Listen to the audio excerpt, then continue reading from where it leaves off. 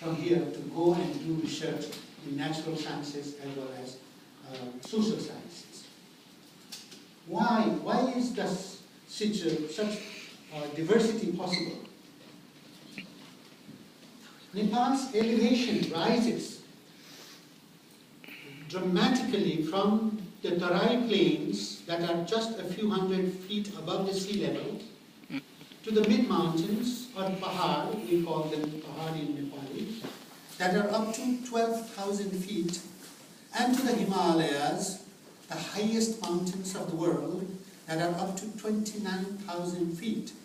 To be exact, the highest mountain, Sagarmatha, is 29,029 feet. So the country's topography looks like a gigantic natural ladder. You start from the sea level, and within 50 miles, 50 aeronautical miles, you reach the highest mountain.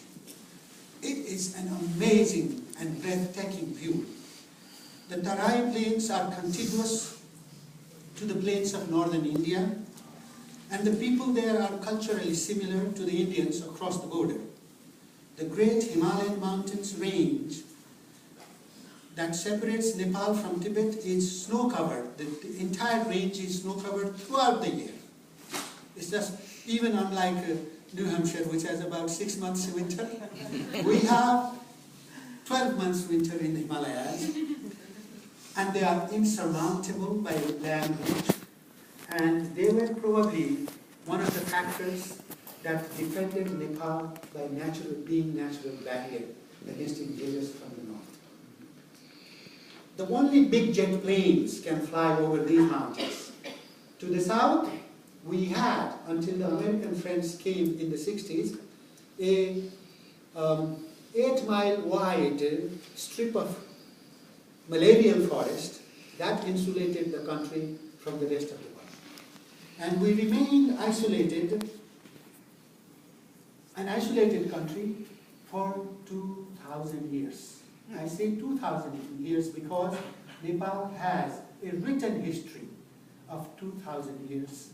And we still have the stone inscriptions of the Lichari kings dating back to the 1st century, written in beautiful Sanskrit, which is translated into Nepali and English by scholars.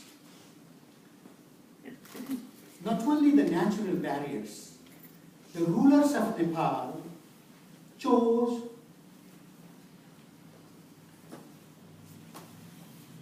to keep the country in isolation from the rest of the world for centuries. You see the green mustard field in the picture is the plains of Tarai, and the blue mountains are the 12,000 feet or 16,000 feet mountains that are another, another level of Nepal. And the Himalayas, the 18,000 plus, going up to 29,000 hours. Here is Dr. Shapiro, who has done some work in Hungary and travels to Mount Everest. The map here also indicates the bottom color is the plains, and the greens is the mountains, and the blue on top are the Himalayas.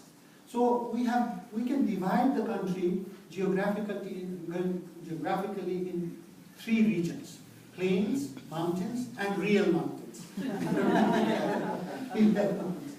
Yes. When Europe and America made great strides in development and science and technology, Nepal slumbered in educational darkness.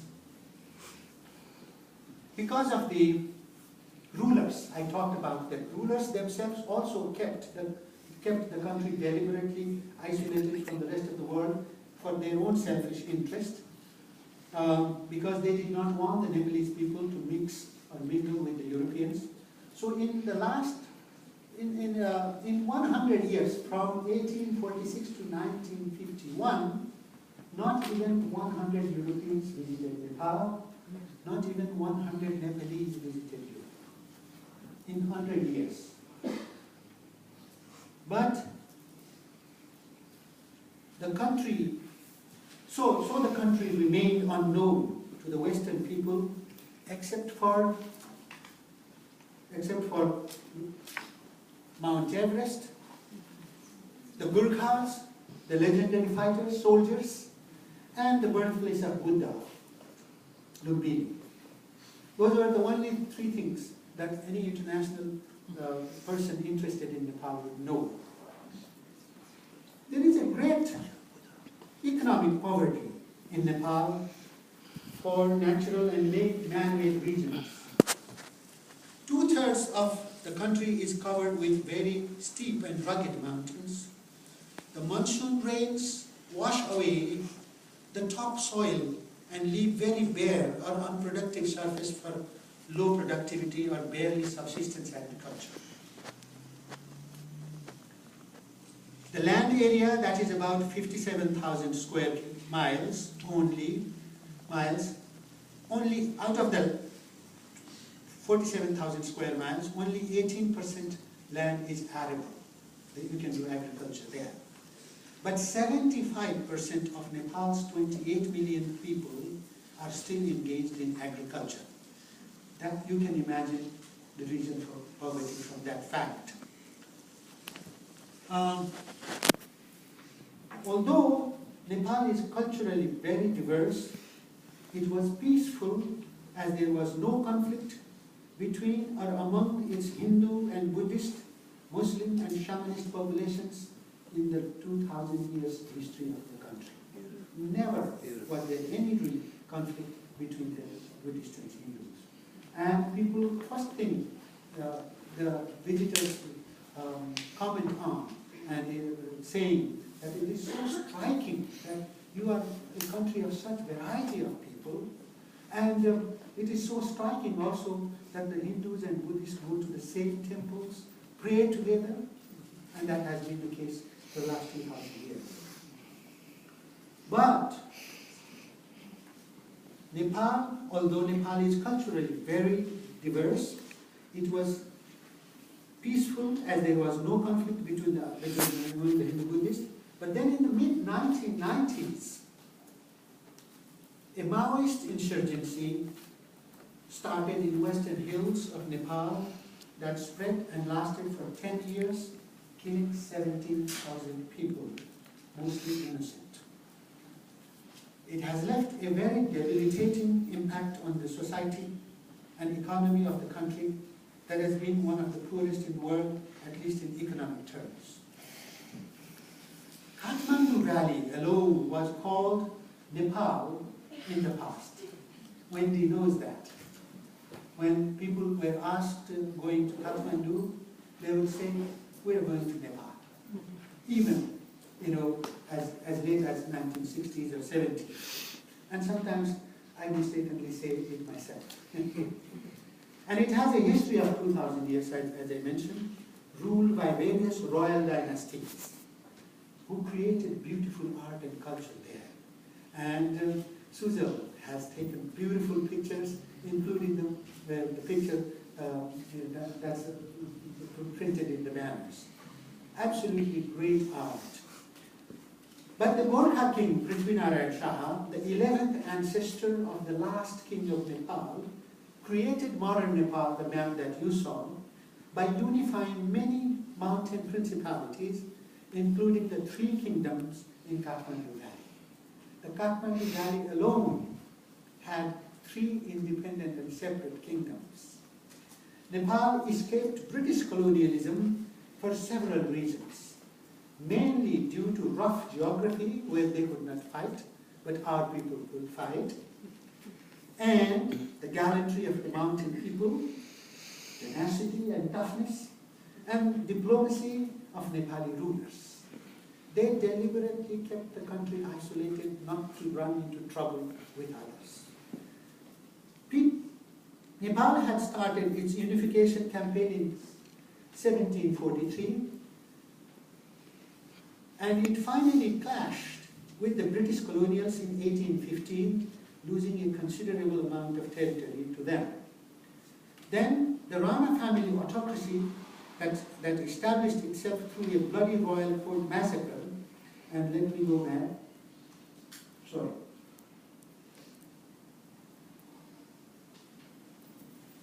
This was the guy who massacred all his opponents and killed 31 very important, politically important people at midnight massacre in about half an hour, and established his family, hereditary rule that lasted for 104 years.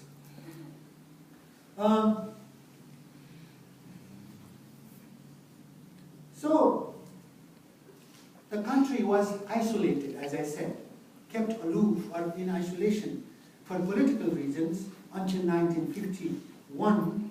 Then Nepal had a brief and rough interlude of democracy at the wake of India's independence. India became independent in 1947 as it was led by Mahatma Gandhi, his non-violent struggle. And to the north, China became a communist country in 1949.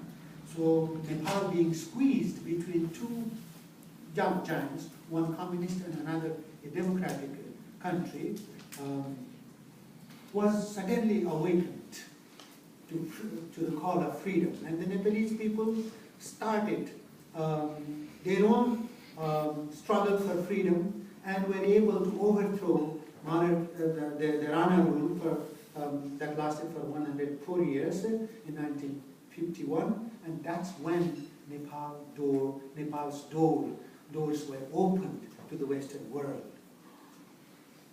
This brief interlude from 1951 to 59 was again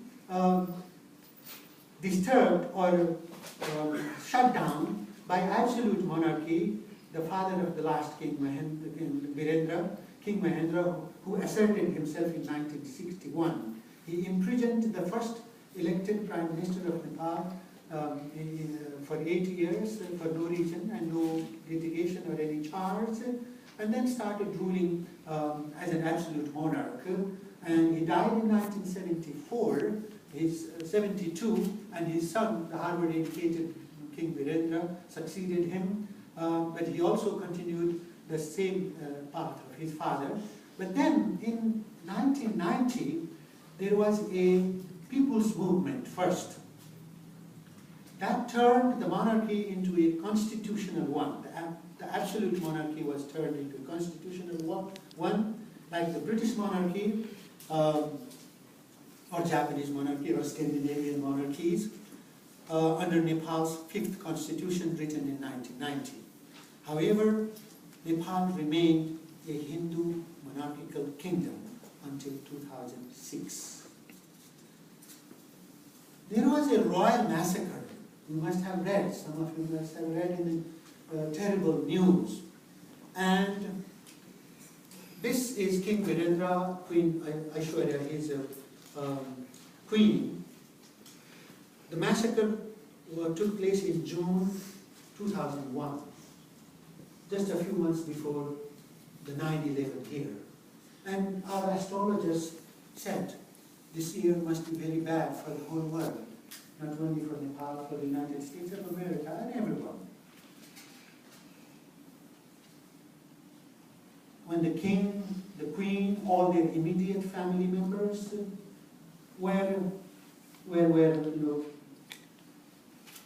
this is the royal family that got massacred, were killed in about 15 minutes at 9:15 at night. Somebody called me on the phone at 2 o'clock and said, there is no one in the royal palace. I couldn't believe, and I put the phone down. You must be kidding. And at 3 o'clock, another phone came from a journalist and said, sir, there is no one alive. It's a terrible thing in past history. And I had talked with King Virendra just 11 days before this incident for 90 minutes, one-to-one. And he was a good man. I thought it was a Shakespearean tragedy.